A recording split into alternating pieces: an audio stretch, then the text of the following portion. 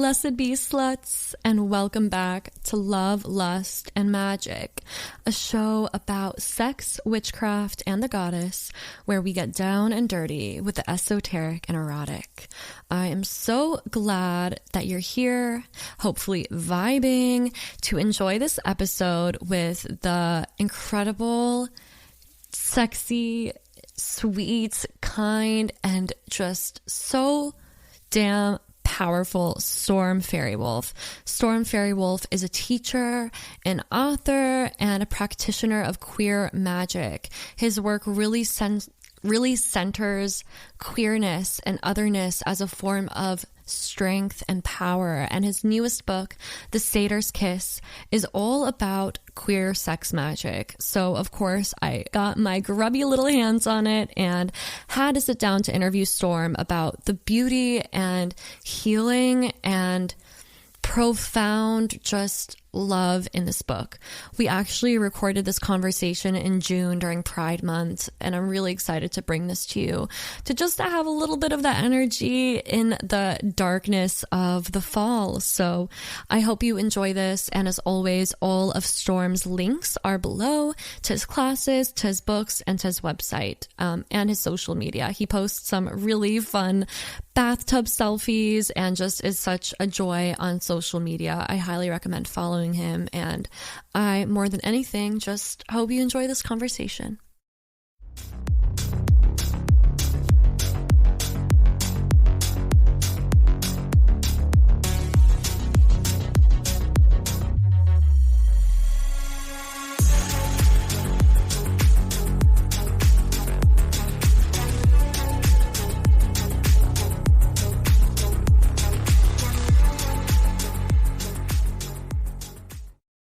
I admire you and adore you so much. Your light and perspective and authenticity, not to mention your devotion to the craft, is so potent and sacred and so special. Can you tell us a little bit about how you got to be the warlock that you are? Oh my God. First of all, thank you so much for inviting me on and for that wonderful introduction. That is pretty sparkly and amazing. Thank you. Wow. I don't know. I just... people always ask, how did you get involved in witchcraft? And, I know that everybody wants to hear like this great story about self-empowerment or working with the spirits. And really my first foray into at least the interest in the craft was watching reruns of Bewitched. Aww. And, that it really kind of just lit a little magical fire in me. Not because I figured that I would be able to wiggle my nose and, make palm trees appear or, whatever, but I don't know. It just sparked something in me about, the magical. And so I was just always really drawn to the magical. I will say also in Bewitched, a lot of the male characters were very, at least queer coded. Yeah. And a lot of the actors, Paul Lynde, who played Uncle Arthur, who I honor as one of the Rainbow Dead. He was the most famous, of the TV warlocks. And that really kind of spoke to me in a way that I couldn't have understood at the time. Yeah. And I was a little boy, so I didn't know anything about being gay or sexuality or, any of that stuff, but that was still there. I think I recognized something, attracts like. And so that's really what started me. But I just became very interested in anything magical. I was also raised with a fierce love and sense of pride about our Irish heritage, especially on my mother's side. My grandfather came over from Ireland. And so I definitely was raised with stories of the little people and the banshee, and things of that, nature. St. Patrick's Day was a sacred day in our house. Aww. Not because we were Catholic, we were not, but because it was basically Irish Heritage Day, in our house. I also grew up in a town called Dublin, California. That's so funny. And so it was, St. Patrick's Day was like a big deal, so that was just kind of like my energy growing up, the whole Celtic thing, the Irish thing. And that's always been steeped in magic and mystery. And so I've just always been drawn to that. And yeah, I don't know. One thing led to another. I would find groups. I eventually got initiated into different witchcraft traditions. And today I teach the craft, and that's what I do to make my living. Oh, that's so beautiful. How old were you when you really kind of started creating your own practice for yourself? I was 14. Oh, yeah, that's around the age that I was too.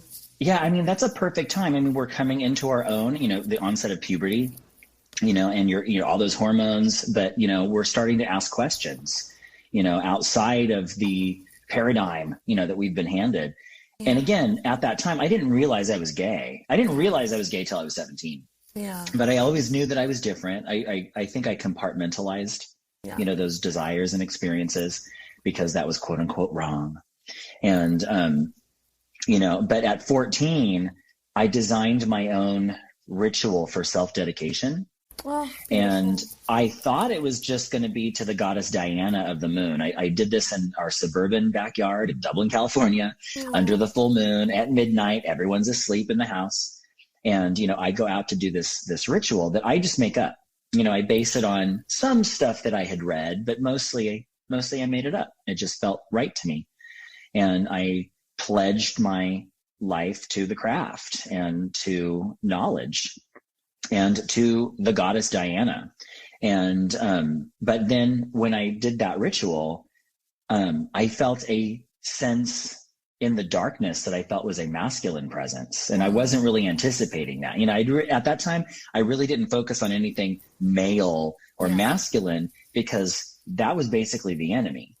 Yeah. Like straight people and machismo, that was dangerous to me, so I gravitated naturally towards, the divine feminine. And I think a lot of gay boys do that, that's why we have all these icons, that's why we love drag queens, so much, but my first goddess was Wonder Woman. Oh, yeah. When I probably was 4 when I saw the pilot movie for Linda Carter, as Wonder Woman. And I was just hooked, and that was my thing. And I've loved her ever since. I have an altar today with my collection of Wonder Woman memorabilia, but I see her as a legitimate manifestation of the goddess. Yeah. And I can pray to her, and I get responses back just like I would working with any mythologically established deity, because in my mind there really is no difference. Yeah. So all those things kind of wove together. And so my interpretation, my experience of the craft was never really limited to, historical reconstructionism, or dogma, really. I also knew that queer people had a place. And most of the reading that I did at the time kind of said the opposite. It was, if not outright homophobic, there were some words from Gerald Gardner who were very homophobic, at the time. And then other people trying to make conciliatory, arguments, like, oh, well, maybe queer people are just queer because they were the opposite sex in a past life, therefore still establishing the heteronormative binary, as the be all end all. So I always kind of knew that I existed against that wasn't true, or at least it wasn't true for all people. Yeah. And so I definitely wanted to make a statement about that, or kind of against that. And, I have over the years, I started my website, faerywolf.com, back in 1999. Oh my gosh. The 1900s. And so I wrote a lot about, my experience as a gay man and the craft, and kind of rewriting the Great Rite. Yeah. From a queer perspective. I got a lot of flack for that, even from queer people. Oh my God. Because they just couldn't understand how that could be, that magic is between a male and a female. It's this, polarity. I'm like, well, not always. Yeah, exactly. Not always. So that's all what led to my book, I love it. I was about to ask you, you wrote this incredible book called The Satyr's Kiss, and it is all about queer magic. You share some of your story like you just did about being a gay man and how your magic and your experience being queer kind of shaped this, what you call queercraft. And I think that's such a beautiful expression of your, you know, of this magic. And one of the things I really love about the book is, like you said, like, you do not center this paradigm of polarity that fucking so many witches and wizards and warlocks and occultists are obsessed with. Like, honestly, it's something I steered away from my own book in sex magic, because I think that it's so reductionary to be like, you need this energy and, like, quote unquote, like, masculine energy and feminine energy in this way, and you need a penis and a vagina. Like, it's just so basic, so just boring, and so outdated. But this book is really incredible for anybody who's queer or not. Like, I'm a straight woman reading this, and I found just so much joy in it. And I'm just, more than anything, so grateful that you wrote this for all, you know, the queer witches and queer and warlocks out there. So you've been writing about this kind of magic for a while, your own experiences as a gay man, as a queer craft practitioner. How did you actually start to write this book? When was the kind of turning point in being like, I want to, like, really center, like, homoerotic and queer magic in this book? Like, how did that kind of come to be, and how was the process for you writing it?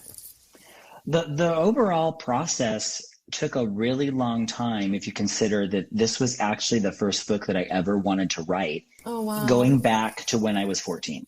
Oh my God. And so, but I wasn't experienced enough to write this book at 14. I had never had sex at 14, you know, so that was not something that I could have spoken with any sort of, like, authenticity. And I wasn't, you know, confident enough, you know, to do that, you know, back then as well. But I know that I was compiling some stuff together over the years. And God, what year was it? Maybe around 99. I have to look at my notes, but when Christopher Penczak was writing Gay Witchcraft, he reached out to me. And because apparently my website was one of the few that were out there at the time that was talking about witchcraft from a queer perspective. And so he emailed me out of the blue. I had never met him. And he emailed me to tell me that he loved my website, and could he please include that in the resources, you know, for his book, Gay Witchcraft. And I was completely honored. And I told him at the time, that's really awesome. I'm also working on a book, you know, that's about the queercraft and, you know, and stuff. But that was, like, back in, I think, 99, maybe 2000. We'd have to see when Gay Witchcraft came out. It's all a blur. I'm not good with linear time. You know, but then, you know, I'm a Pisces. And so it's like things go on the back burner and I forget about it. I'm also probably ADHD. Relatable. You know, I'm just now realizing this year has been like a realization, like, oh my goodness. You know, so I had little bits and pieces I had collected. Maybe I'd write a ritual here and there, and it just went into a file on my hard drive. And then, of course, I hooked up with Llewellyn, and I wrote a couple books on the fairy tradition. And then those had done fairly well for me. And then I proposed two books, The Witch's Name, and then The Satyr's Kiss. And so I wrote them both kind of back to back during the pandemic. That was kind of an interesting time. It gave me something to do. Yeah, and, for sure. But I'm really glad that I waited all this time, because I do feel like I'm very proud of it. And I know it's not for everybody. You know, it does have some stuff in there that's, I would say, explicit. I don't think it's crass, but it's definitely explicit. And I definitely give practical exercises that deal with sex magic. I mean, that's kind of what you're signing up for, I think. You know, it's in the subtitle. Sex magic is in the subtitle. But I've noticed some people are really bothered by it. And you know what? I think that's okay. That gives us something to talk about, because I think even in, you know, the witchy community, which kind of purports itself to be sex positive, there's still a lot of baggage that a lot of, even people that think they're sex positive, have a lot of baggage from society that tells them, you know, that, oh, well, this is not right, or this is not spiritual. You know, and that's something that I got from some reviewers. If you go on Amazon, you can read some of the reviews, and they're like, oh, this sounds like it belongs more in a sex club than a witch's circle. And I'm like, why not both? Literally, I was No. about to say, are you kidding me? Like, some of my most spiritual experiences have been like having some kinky sex and just connecting to the Right? divine. And also, it's like, how many raunchy, sexy books and how much like sexual content is there out there by straight people? You know what I mean? Like, Right. this And is no one bats an eyelash at that. Exactly. It's just like, whatever, but then like the minute you talk about butt stuff, then it's like, Literally. oh my God, the queers, what are they doing? Someone saved the children. It's like, babe, have you heard of Aleister Crowley? Come on, like, it's fine. Like, where do you think this is coming from? But no, I think this book is such an incredible offering, and I honestly feel like when this kind of thing is like divisive, it's like you're meant to be doing it, because things that are easy and palpable don't change anything. It's like art has to be, like the most powerful books and art, like, trigger something in people to like look at themselves, to examine themselves. And obviously it's a different experience when I was writing my own book about sex magic, but like I was just so acutely aware of like the weird split between sex and spirit that is so pervasive in like our Western world, where it's like, if you're spiritual, then you're not connected to your desires and you're not connected to your body and you're not practicing sex or having casual sex or having group sex. But it's like, actually, I can do whatever I want, because for me, like, celebrating my body and finding pleasure in my body and connection with other people is sacred, even if it's not like, somebody I'm in love with. And I think you just do such a beautiful job in your book of, like, I love that you come at it from your own experiences as a gay man, and you also include just the queer community in such a potent way without, like, with giving space to gay warlocks. I love your first chapter is this like, it talks about like straight witches and how it's a straight witch world. And it's really true. Like, obviously the craft is this kind of accepting religion, or not religion, but, spiritual path. But there is this kind of polarity dogma, you're, like, you do sex magic with a penis and a vagina, a man and a woman, and like, you just take that and throw it in the trash and light it on fire and invite queer joy to be the center of the book. And it really is so beautiful. And I mentioned before how you describe this practice as queercraft, and I would just love to have you kind of, share with our listeners, like, how would you describe queercraft to somebody unfamiliar with it? Well, my vision of a queer craft, is something in which we get to center our queerness in our spiritual exploration. Mm-hmm. And so what I found often is that if we, as queer people are operating in an established tradition, that's not queer focused, often, not always, but often we're asked to set our queerness aside. Yeah. And again, if you're in one of those, like British traditional Wicca groups, it's possible, not always, but it's possible that, you're going to be asked to, play the role of a real man, AKA the high priest, which means, you're the consort to the high priestess. It's very gender binary. Again, not all traditions, not even all Gardnerians, would adhere to that. I have a lot of Gardnerian friends. They're very accepting. I know queer Gardnerians. There is a vocal minority in the Gardnerian tradition that is trying to claim that it can only be the gender binary, and they're trying to label those who are accepting as reformists, which is just BS. Literally. And so and I experienced similar in the fairy tradition, although thankfully not about queer people.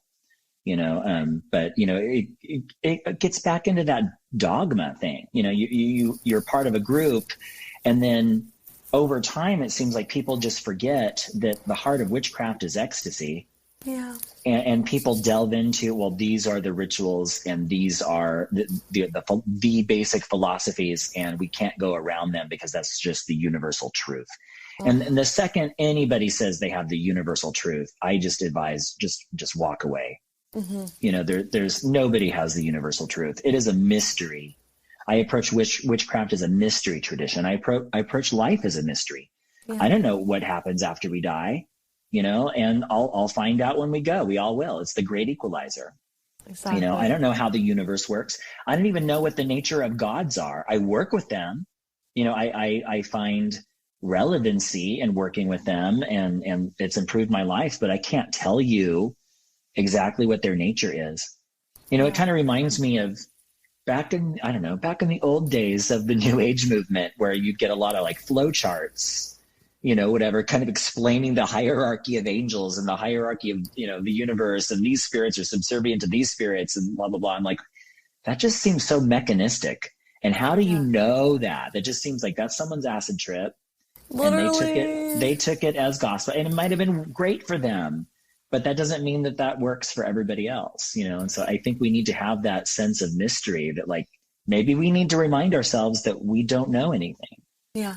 You know, I don't know. So I always kind of remind myself, I know nothing. So all I can speak about is my own personal experience, and I'm not telling you what to do. So with the queer craft, I'm not telling you this is what the queer craft is. You know, I'm giving suggestions as to things that one might include, but I think the heart of it, it's so unique to the queer individual, but it's just that permission to be fully and authentically yourself, and that is not separate from your craft. Your craft must stem from your center.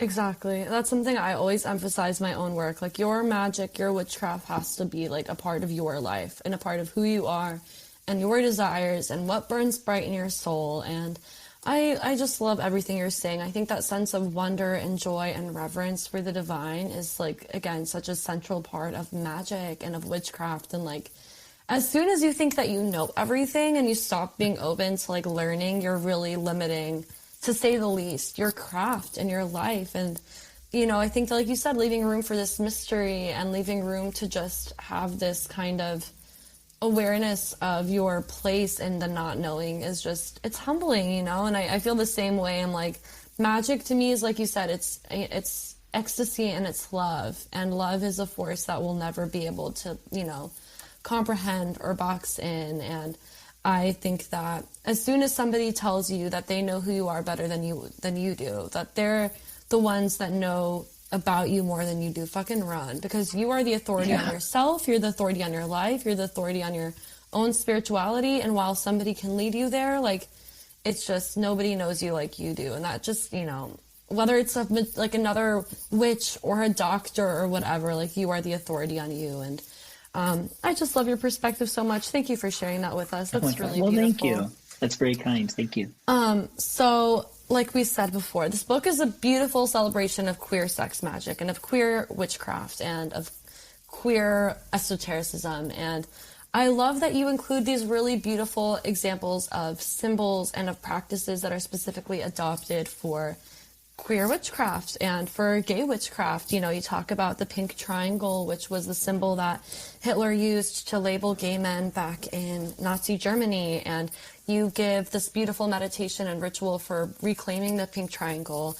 You talk also about different deities and different kind of mythological creatures that embody queer energy. And I know that you've already shared about your own practice and reverence and devotion to Wonder Woman as this, you know, queer icon and this goddess. But do you have any other symbols, deities, archetypes, or anything that's inspiring you right now in your own practice with queercraft? Well, one of the main ones, of course, would be the Satyr, Yes. you know, the Greek Satyr, and of course gives its, you know, name to the book, which was also a major figure for our queer men's witchy group that met for, I think, 12 years. It was right until the pandemic. Wow. You know, and it started off as a public open circle for queer men, and after a few months, we made it private. There was something about having something of that nature open to the public that, you know, we attracted some really great people, but we also attracted some people that weren't really there for the magic. Of course. And we weren't a sexually open group. You know, I think in the Satyr's Kiss, I talk about blue rites and red rites. And red rites would be those that are actually involve, you know, sexual activity, right? So that would be definitely sex magic, sex ritual. Blue rites might have a sexual charge in terms of symbolism, but there's no actual like sexual happening, going on. And the Brotherhood of the Satyr, which was our group, was definitely a blue group. It was sexually charged, but there wasn't any, sexual activity, going on between the members. And, but we would still attract from the public people that were definitely looking for things on the red side and maybe not even magic at all. I remember after we went private for like several years, I guess something was still out there on the internet somewhere, advertising it, unbeknownst to us. And this gentleman called the shop, because of course we used to have a store, and this is where it used to be hosted. And he called the shop and wanted to come to the event, and then like revealed over the phone to me that he was very well endowed, and he was looking forward to sharing that with the group. Yeah. And I was like, oh, well, that's very kind of you, but that's not really what the focus of the group is. And we're a private group now anyway, but thank you. He was just passing through town. And you know what? Nothing to shame that person. He was looking for something that's valid. It just wasn't the thing that we were offering. Yeah, for sure. But that was also something that I realized whenever you have something that advertises like a sexual element, you're also probably going to get some maybe unwanted sexual attention, from the public. I get some very interesting Instagram messages. And I try to be kind, but definitely just if anyone is out there listening, I'm all for consensual exchanges. I don't need to see your pictures up front. Thank you. Oh yeah, no. Oh my gosh. We do not stand, do not condone, and do not support unsolicited dick pics in any way at all. Like, period. Yeah, I mean, I'm a fan of dick pics. Don't get me wrong. Oh, me too. I love them. But like I want it to be, exactly. There should be some negotiation, or at least, I mean, if that's on Scruff, that's the environment. Right. Yeah. I don't, that's just going to happen and that's fine. On Instagram or like Facebook, I'm like, oh, I wasn't expecting to see this today over my toast and coffee. Yeah, no. That's the worst. I've had a video of somebody fingering themselves and sending it to me, and I was like just unsolicited. Unsolicited. It was horrible. That's not cool. And I love a dick pic. I love a dick pic, but there has to be some kind of like anything like exchange, right? Yeah. Like there has to be. They should be solicited.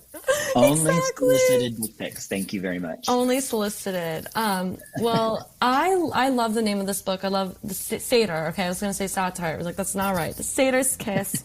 And in it, you describe, the Satyr is this mythological half-man, half-goat creature who once upon a time had a really beautiful big heart-on.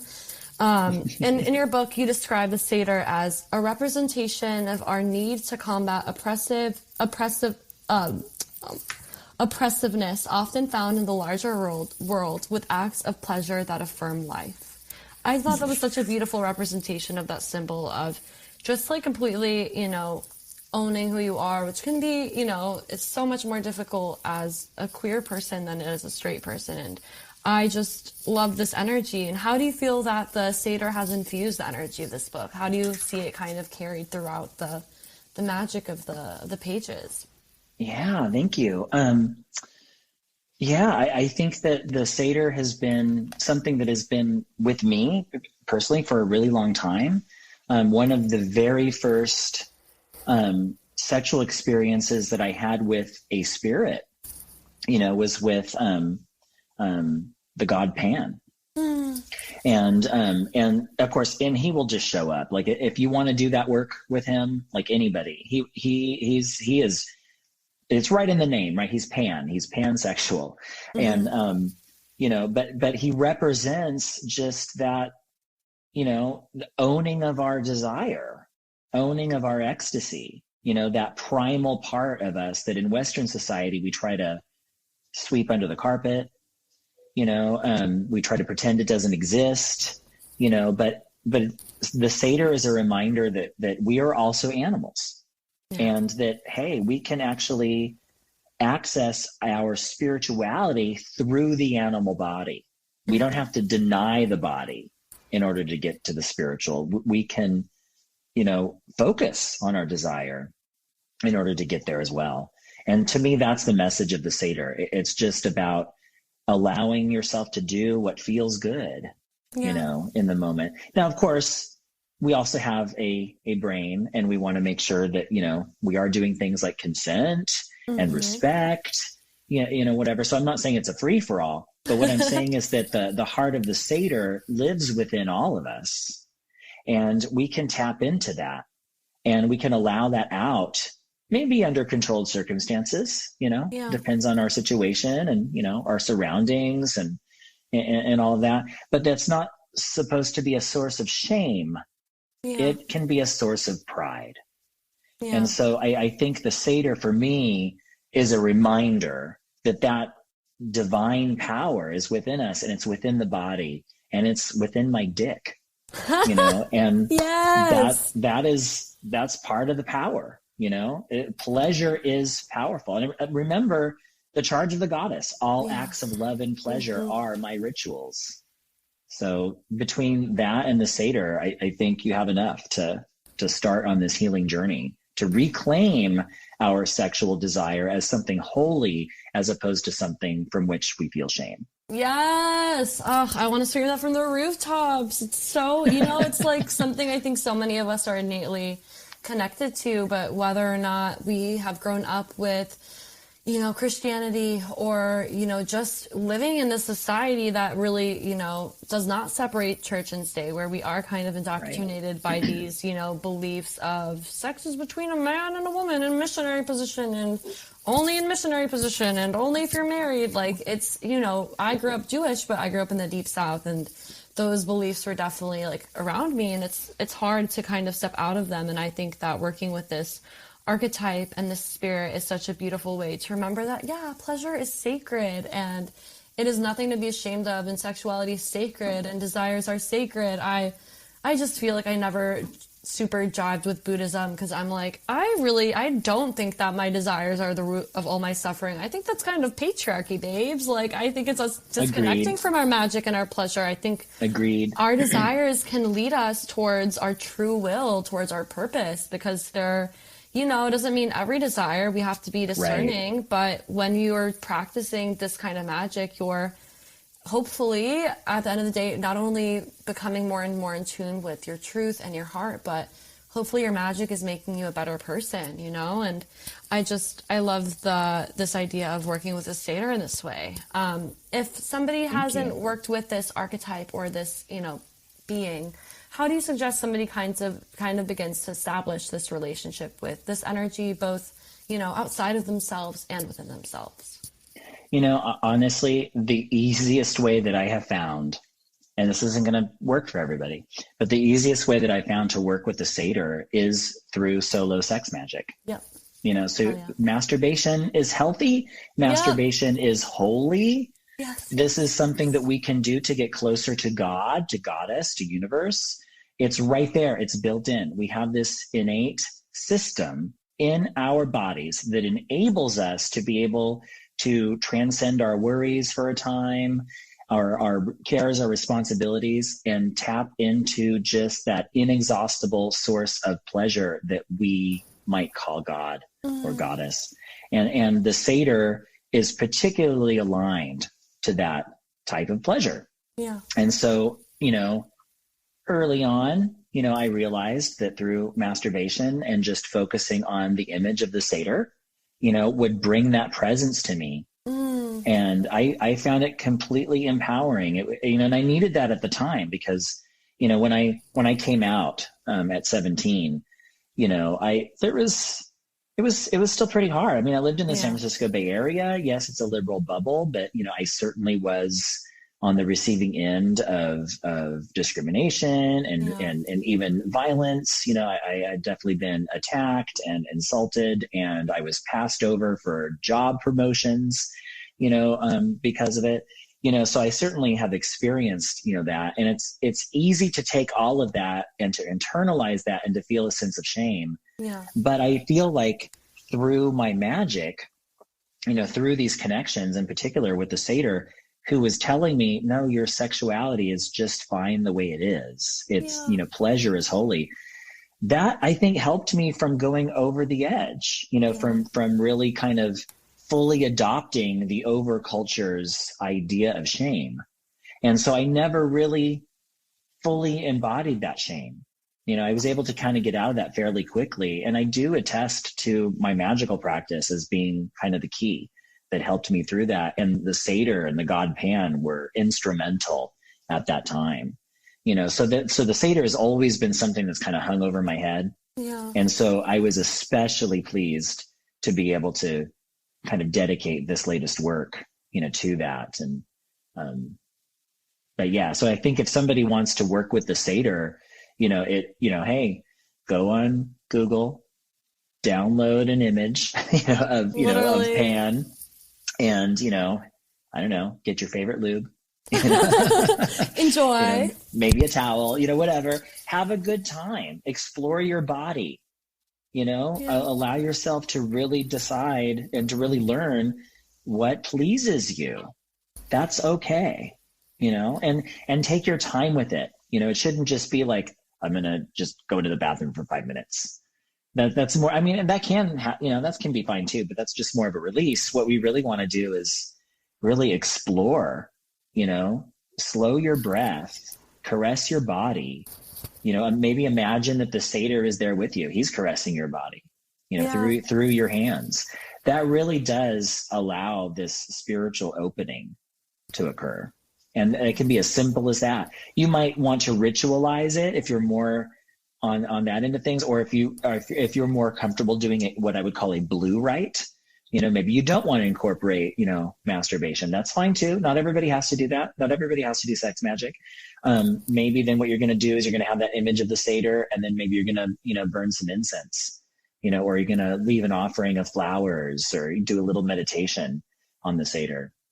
But if you haven't done the masturbation thing, I suggest you at least give it a try, because I think you'll be pleasantly surprised at how effective that can be. And in my work that I do teaching the fairy tradition, I also teach sex magic, much more on the blue side. I give people the red rights to do at home, Yeah. But people tell me that that's the best time they've ever had doing homework. Oh, yes, I love it. And I love all your suggestions. And I think that practice of, like making self-love in that way and connecting to that being is so beautiful. And I feel, oh my God, my words, pleasure is such a potent force. It is such potent connective tissue between us and something greater than ourselves. And absolutely, if you've never done it, it's okay if you feel silly. Don't take it too seriously. It's okay if it's uncomfortable. Like, you don't have to do it. If you get to the point and you're uncomfortable, you can take a step back and reconnect. But just, I think, allowing that kind of discomfort and stepping into the unknown for the first time, and even offering that, to the Satyr, to yourself, to the universe, to your spiritual practice, can help you to dive in. And I think that is, I'm a huge proponent of solo sex magic in general, and especially to meet energies and spirits. So thank you for this. I want to say thank you for something you just said, that it not only could it feel uncomfortable at first, and to recognize that and maybe move on, but you said it could even feel silly, and that's okay. Yeah. And I really want to take a moment to honor that, because so much of my personal message, beyond the sexuality thing, is that magic can be ridiculous, and it can be totally silly. And I think we need to make friends with silly. Definitely. Just the thought of it, it's like, a group of witches who get together in their living room every month, and they move the coffee table out of the way, and they take off their clothes, and they're chanting to ancient gods, dancing around a cauldron.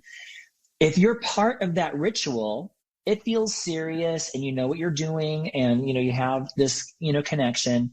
But if you're outside of that looking at it, it looks absurd, And I think that for those of us doing it, we need to recognize that and to embrace it, that it's okay to look absurd, that's actually a power. The fear of being silly, I kind of feel like that's something else that comes from the patriarchy. Definitely. That's something that keeps us in line. Oh no, you don't want, what will the neighbors think? That sort of thing. Right. And so maybe learning how to not care what the neighbors think so much, within reason. You don't want to be late, you don't want to be loud late at night and you have the cops called on you. Yeah. You know? You can be silly. You can be a silly goose and still be a respectful goose, you know? Like, Absolutely. That's so true. I love that. I need a t-shirt. I feel like something I've been kind of really aware of for a long time as I've become an adult, which is weird because I still feel like a teenager, is that like enjoying play and wonder and having that sense of just awe and silliness of the universe is what keeps us from being miserable adults. As soon as we stop having wonder and awe and play, and as soon as we stop letting ourselves be silly and just start acting like adults, that inner flame and our inner child and our nervous system are crushed. And magic is like, there's a reason that it's so innate to us when we're little. And there's a reason that like little kids and babies have this connection to magic, and they play pretend, but like, is it pretend? Who knows? You know, like, I think cultivating that kind of just carefree wonder and joy is so important. Like, I do consider my own practice, like, it is very much rooted in ceremonial tradition and ceremonial magic, but at the end of the day, my magic is like, it's about how I feel, and it's about my joy and my appreciation. And I think that that's why sex magic is so powerful, because it gets us in our bodies. Like, if you think too much when you're practicing sex magic and you think about all the things, like, you're going to miss the pleasure in your body. You're going to miss how it feels. You're going to miss being able to breathe and direct it because you're, in your head. And that can happen, obviously, in, like, sex. That's not magical at all. But I do think that sense of just also self-compassion of being like, yeah, it's going to feel silly and it's going to feel weird, but like, it's okay. And I'm going to do it anyway. And I don't have to do it all at one time. There's no rush. I can take baby steps, like, especially if you have dealt with some kind of, sexual trauma or sexual assault or anything like that. Like, it's okay. And I think that, like, I know for myself, being able to laugh at myself, like, is just, my motto is laugh or die miserable, bitch. Like, if you don't laugh at the universe, she is going to laugh at you. So, like, just learning to have that sense of kind of, like, being able to laugh at yourself and enjoy the silliness, I think is, like, so important. And I love that you brought in the thing with children, how, like, children just inherently know, they do magic all the time, but obviously not rooted in something, ceremonial or, overly intellectual. It's about just feeling, and they slip into that sense. They pretend, and that's a magical space to be in. And so if we can remember that, because we all did that as children, and that's not gone, that's not lost. That's still part of us. Maybe it's buried deep, but the act of silly and pretending can really help us to kind of dig through all that muck that society has put on us as respectful adults, and so we can get back into that kind of childhood innocence. I've said before that any child worth their weight in fairy dust knows that the power of pretending is a formidable one. Yeah. You can fall into this mindset and then touch these powers, so again, being silly, I think it's something that if we're not comfortable with it, if you're sitting at home and you're listening to this and you don't want to be silly in your magic, well, then you should ask yourself, where is that resistance coming from? Like, why is it not okay to be silly? Yeah. Because if we're not okay being silly, that really, to me, kind of means that we're paying too much attention to what other people might think of us. And then we're no longer living authentically. Yeah. We're no longer living from our core outward. We're altering ourselves based on our fear of what people might say or do or think. And, we're social animals. Of course, we care about what people say or do or think about us, Of course. But we need to address that, especially magically. We're being asked to kind of go to the next level of consciousness. And the next level of consciousness, to me, means abandoning this baggage that really isn't useful. All it's doing is keeping us down. It's keeping us powerless. To touch our power, we have to confront our fear. And sometimes our fear can be confronted through acts of silliness. Yeah. And one of the spells in the Satyr's Kiss that I think embodies this, and it also has gotten a lot of flack, from some people, is it's the protection spell, the daddy bear protection spell, in which you basically make a scary bear face, and it's ridiculous. And you put up your hands and you force your fingers into like claws and you kind of grr, right? As part of it. And people like focused on that. They're like, this is just absurd. This is silly.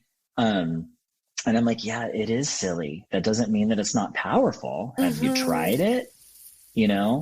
Try it and see if it works for you. If it doesn't work for you, that's fine. It's not going to work for everybody.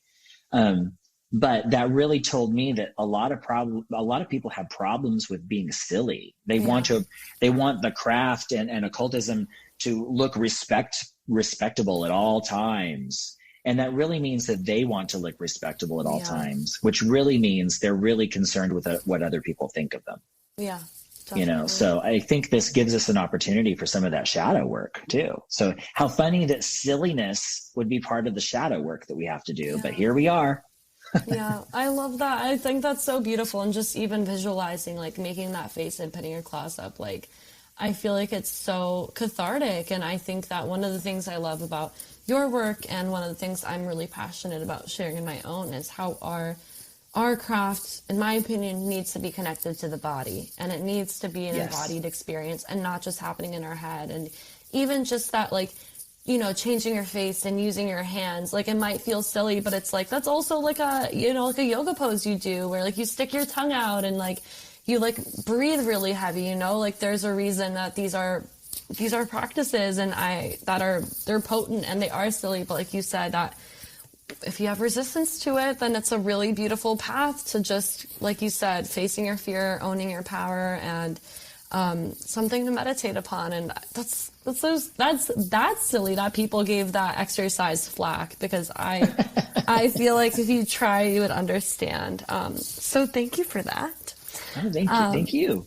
We're currently recording in June, which is Pride Month, but queer joy should be celebrated every day, and queer ancestors should always be honored and remembered. Do you have any suggestions for simple rituals or meditations for listeners to celebrate queerness and honor what you call the rainbow dead? Oh, thank you. Yeah, that was something that I actually struggled with a little bit when I was putting the book together, because I knew that people were kind of expecting that I was going to, if I was going to talk about, the queer ancestors, that I was going to limit them to ancestors who practiced the craft. Yeah. And of course I don't, I do have a section on that, but I really realized that, but it's more than that. It's more than just honoring other witches and warlocks or, whatever. It's about recognizing that queer people are an emerging community, and we have our own culture, which is based from a lot of other different cultures. It's kind of a patchwork quilt, right? And, but we have our own culture in our own right. And so as part of my spiritual practice, I wanted to honor those ancestors who have helped to shape the world that we're in today. Because the reason that we have the rights that we have today, it's not because straight people gave them to us out of the goodness of their hearts. Yeah. It's because we have fought tooth and nail for so long. This goes way back before Stonewall, but of course Stonewall was this big, galvanizing moment, right? And so I wanted to honor that as well. So one of the things in the queercraft that I propose is orienting yourself to Stonewall. So wherever you are in the world, figuring out like where is Stonewall in relation to me, and facing that direction, and making a little prayer of connection. And it doesn't have to be Stonewall. If there's some other event, in queer consciousness that you feel, was the moment, that you want to honor, then, figure that out, honor that, in some way. But with what I call the rainbow dead, and I was quite surprised I hadn't found that term already used before. I wanted to include everyone. So Alan Turing, is one of the rainbow dead. He is basically the father of modern computing, and he was instrumental in cracking the uncrackable Nazi code, during World War II. And that really, gave the Allies, their way of winning the war. And of course, after the war was won, they convicted him of the supposed crime of homosexuality, and then he was chemically castrated, and he committed suicide 2 years later. He was only 41. Oh my God, I hadn't heard about him. That's so sad. So there's actually a movie about, I haven't seen it yet, but there's a movie about him. So I have that on my list to do. Beautiful. I only have a few days left in Pride Month, so I better get on it.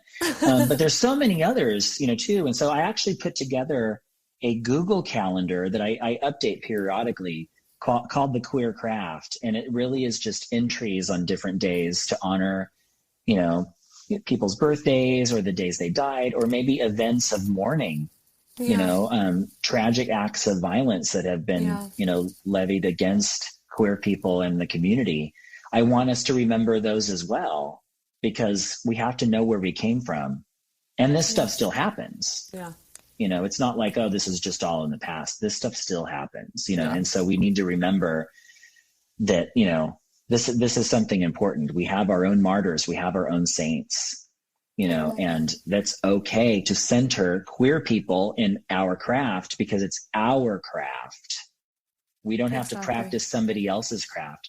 If you want to practice somebody else's craft, that's totally fine. You find that empowering, that's great. I'm not here to say you need to make a replacement. I'm saying if you're not fulfilled in following this heteronormative paradigm, well, maybe you'll find something closer to home. And here's one way in which you might do that. You don't have to do it my way. I don't even necessarily do it all the ways that I wrote about in that book, all the time. My practice is ever changing, but I'm just hoping that it inspires people to kind of come out of the heteronormative box and to realize, no, it's okay. It's perfectly valid and okay and beautiful to explore a gay great right, or even a great right that involves more than two people. That's valid. That's okay. I'm giving people permission.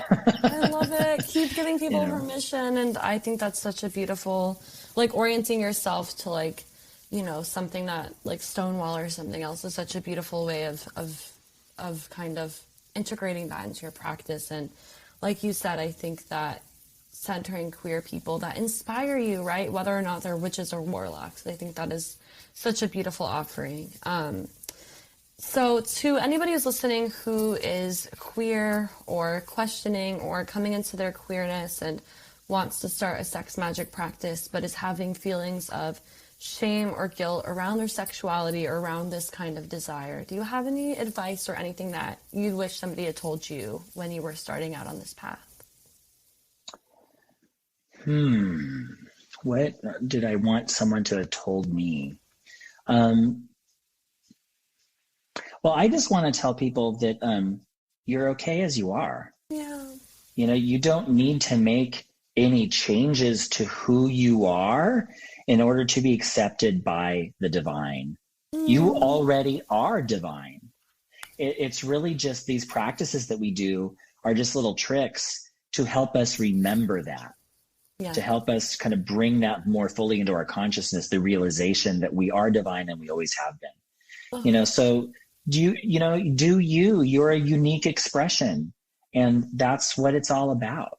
To me, that's what the queer craft is all about. And that's what queer people do best. Yeah. We, exude our queerness. We are creative and artistic and loving and silly.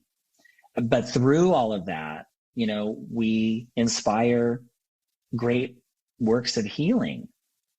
I think just being who you are is the absolute most important thing any of us can ever do in our lifetime. Yes. And if you feel safe enough, to be visible and authentically who you are, then that's awesome, because that helps other people too. But I also want to say, perhaps, you don't live in the San Francisco Bay Area. Maybe you live in some place like the South where you don't feel comfortable or safe. You don't have to be out. Yeah. That's up to you. Or you could be out selectively. That's up to you.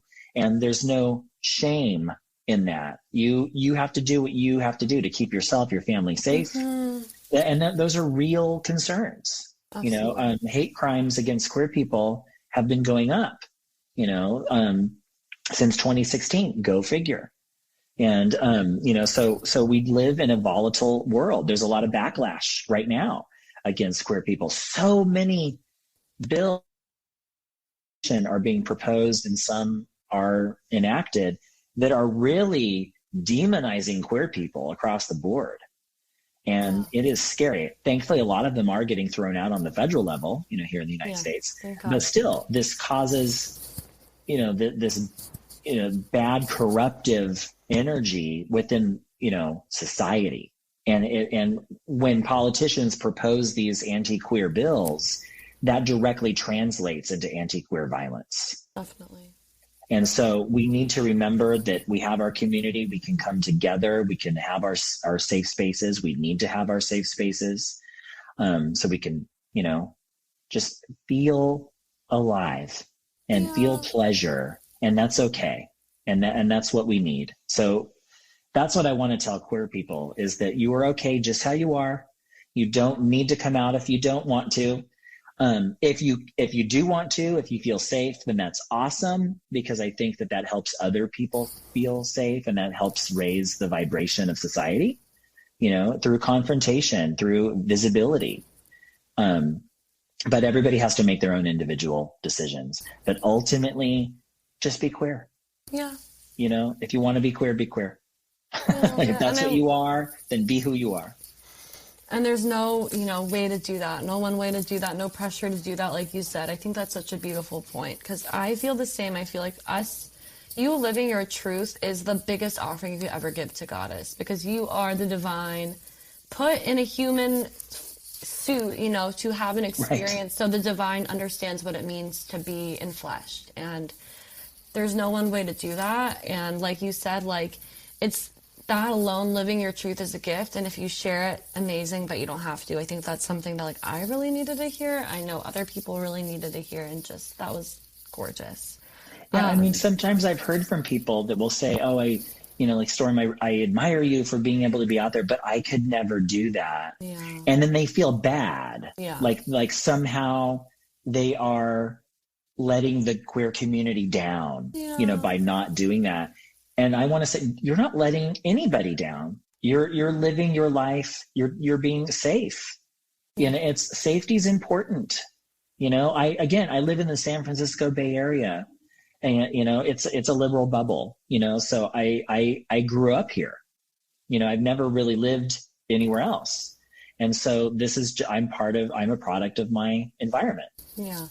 So I don't want people to think, oh my God, he's so brave. Or I also feel like I didn't have much of a choice, because you can see my gayness from space, so, I was just, there you go. I am what I am, deal with it.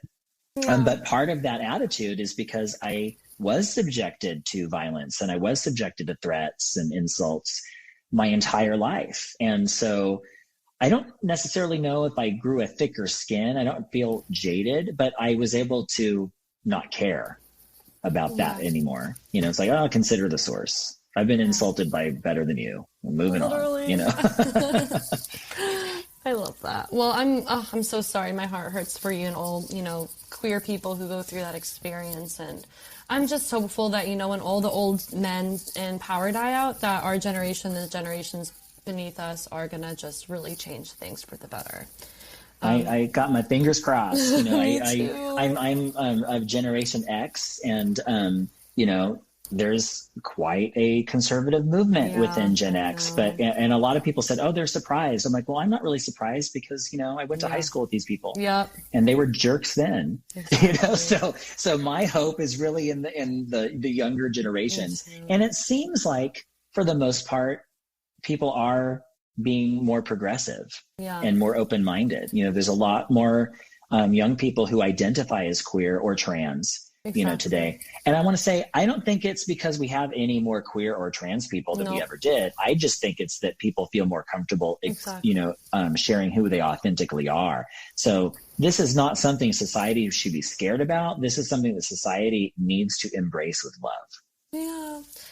In that same vein, do you have just anything that you want the straight allies out there, the straight witches and warlocks out there to just know, or any advice or anything you wish you could tell us that we could do to continue or to support the queer community more, thoroughly? I mean, that's a really good question. That's not something I've ever really thought of before. I think, just keep loving us, but not in a compartmental way. Yeah. We're not your gay friends, we're your friends. Yeah. And but maybe some of our stuff you're not going to understand, and that's okay because it's not for you. Yeah. And some of your stuff I tried, but it's not for me. Yeah. And that's okay. And that isn't a moral judgment either way. I'm not saying that the straight magic is ineffectual. And in fact, I think I went to great pains in my book to kind of say I wasn't condemning, gender polarity, because I think that for a lot of straight people, that probably works great. But I'm not a straight person, and that doesn't work great for me. So I'm doing this other thing over here. But that's okay. We don't have to judge each other's magic. We don't even have to understand each other's magic in order to respect each other. And to accept it, you don't have to understand it to accept it, like, period, with so many different things. Absolutely. Yeah. Once you feel that respect, that you have to have understanding in order to do it, then you don't really understand what respect is. Yeah. That's a great like my mother even told me, because I'm in a polyamorous relationship. There's 4 of us. Yes. And we collectively call ourselves House Forelocks. Oh my God, shut up. I love that. Yeah, Matt came up with that. But my mother, she came to me, she said, well, I don't understand it, but I respect it and I love you. Oh my God, Mom, I love her. What a gift. Yeah, I lucked out. That's so beautiful, Storm. Well, this has been truly such a special conversation. It is, I feel like my heart is like on fire. But before we wrap up, where can people find you? What's next? What we can expect? Anything you want to share at this point about how people can support The Satyr's Kiss and all your other fantastic books? Oh, thank you. Well, first and foremost, you can go to my website. That's faerywolf.com. That's Faery wolf.com. And from there, you can find out all about my other projects, my other books, the services that I offer. I do offer private sessions over Zoom if people are interested in that. I'm also the chancellor of Modern Witch University. You can go there to modernwitchuniversity.com. And there's a bunch of classes that we offer, including our Black Rose Witchcraft 1-year online course. And so there's some other courses that we have there as well, if you're all interested in that. But yeah, definitely check those out. I'm also on Instagram. I'm on Facebook. So I'm looking forward to if people have any questions. I try to make myself fairly accessible. So, but yeah, if you're interested in any of that stuff, go ahead and check it out and see what we're doing. We also have a Patreon that's being revamped this month, or I should say for next month. So you can go to modernwitch.com and just click on Patreon and see what we're offering. And that would really help us out because this is what we do full time. We do not have quote unquote regular jobs. We make our living by writing and teaching the craft and all of that. So I'm really grateful to all the people that have supported us, our students, our customers.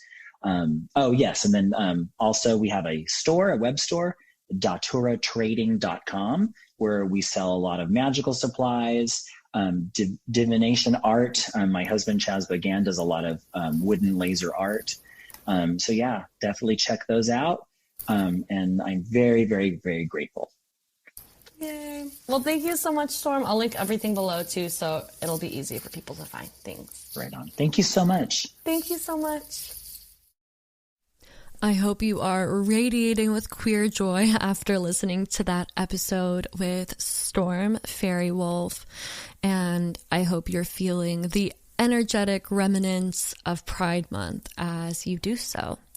This is just a reminder that it is not too late to sign up for my new 3-part course, Perverting the Tarot, working with and reading the tarot erotically. I already taught the first part of this on working with the major arcana cards, which means that you can purchase that recording on my website. And on Sunday, November 19th, I am teaching the second part of the course on working with the minor arcana. And the following Sunday, the 26th, I am finishing up the course by teaching on magic, ritual, and practices that involve the tarot from an erotic lens. So think talismans and sex magic and embodiment and meditation and more. You can either come to the live class or wait until the days after I actually teach, when I will be uploading the class as a recording. So just wanted to share that. As always, you can snag my ritual guides and read my essay and find a library of essays and tarot spreads and more on my Patreon at Gabby Herstick, which is the same as all my social, Herstick with 1K. I am verified on Instagram. Please do not fall for the scammers, y'all. I'm never going to message you and say like, Grand Moon Rising, your energy spoke to me. Like, I'm sorry, I'm just not. So if you got a message from me, it's not actually me. Report and block. And as always, all the links to my social, to my website, and to my classes are below. And I will see you next week with a brand new episode of Love, Lust, and Magic. Thank you guys so much for being here.